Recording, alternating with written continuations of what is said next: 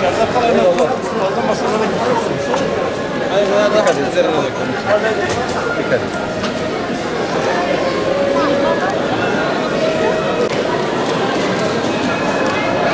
Önemli bir ay Ramazan. Çünkü İslam'ın 5 şartından biri.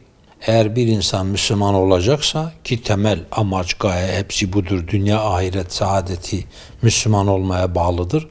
Müslüman olabilmesi için bir insanın o 5 parçasından biri olan orucu tutması lazım. Ramazan ayında oruç tutmak bu kadar Müslümanlar için önemlidir. Oruç tutmayan bir insan dininin 5'te birini yıkmış demektir. Tabi orucun manevi ve maddi pek çok faydası var. Bir kere ruhi arınmadır. Ki ruhi arınma, kalbin temizlenmesi, ruhun temizlenmesi, aklın, beynin temizlenmesi demektir ki aklı, kalbi, beyni, ruhu temiz olan bir Müslüman bu tırnak içerisinde tam bir insandır. Yani insane kamil diyoruz ya, insandır. Bütün insanların elinden ve dilinden güvende olduğu kişidir bu. Amaç da zaten insanlara zarar vermemek. İnsanlara, bir insanın, bir Müslümanın diliyle veya eliyle zarar vermemesidir ya. Resulullah Aleyhisselatü Vesselam Müslümanı böyle tanımlamış. El Müslim men selimel müslimine min lisanihi ve müslimune min lisanihi ve yedihi. Müslüman, diğer Müslümanların, insanların dilinden ve elinden güvende olduğu kişidir. Eğer bir insan diğer insanlara zarar vermiyorsa, diliyle veya eliyle hakkına, hukukuna girmiyorsa, o tırnak içerisinde dört dörtlük bir Müslümandır.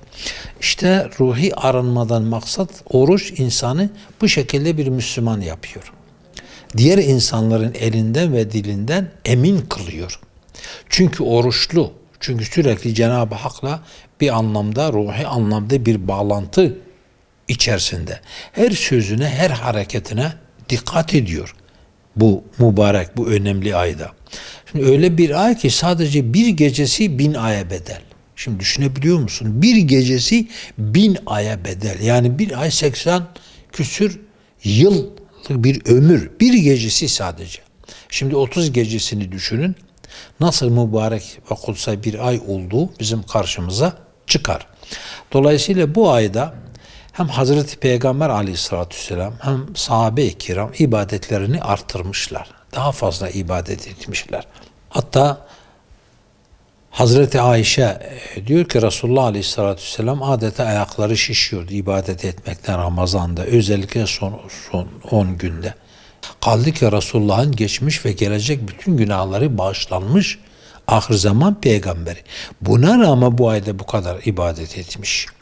Dolayısıyla bizim çok daha hassas davranmamız gerekir bu mübarek ayda.